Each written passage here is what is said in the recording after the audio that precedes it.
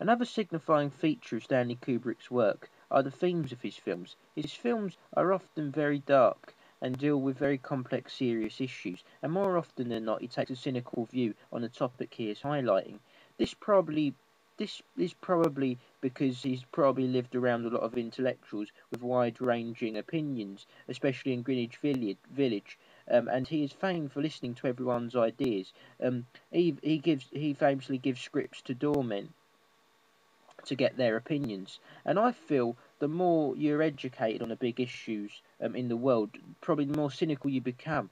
And furthermore, he likes to deal with a lot of the big political issues and express his own ideology through his films. For example, in Clockwork Orange, the film deals with the question of whether society prefers an individual to be good because the individual wants to be good, or do they just want the individual to be good for the benefit of society, and they want taking away the free will of the individual, and will taking away the free will of the individual to benefit society, in fact, just turn him into a puppet, and we all just become puppets as part of a totalitarian government.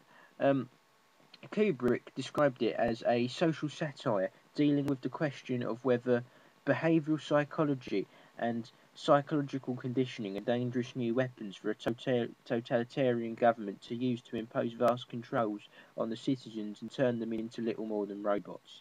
This is shown in the scene when the aversion therapy is being demonstrated that that works by deterring Alex from committing violence by playing him a film of a girl getting raped to the music of his beloved Beethoven.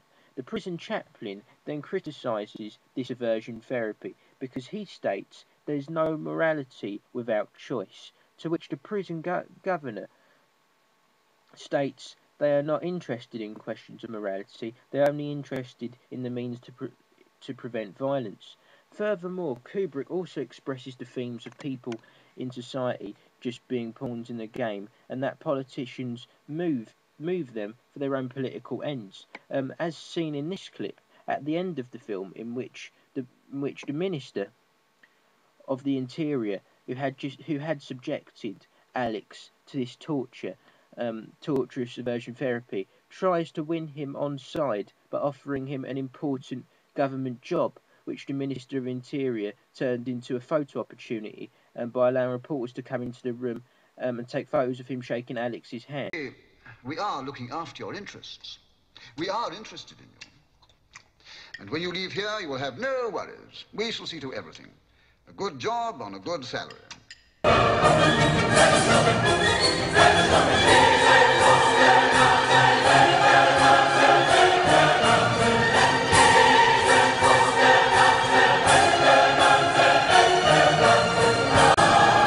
His films are often satires on topics in people's consciousness at the current time, like Doctor Strangelove, a film about the nuclear destruction of the world that was released in 1964 at the height of the nuclear missile crisis, and 2001: A Space Odyssey, a film which deals with the dangers of space exploration, was released in 1968, a time when the world's first mission to the moon was being heavily discussed in the media.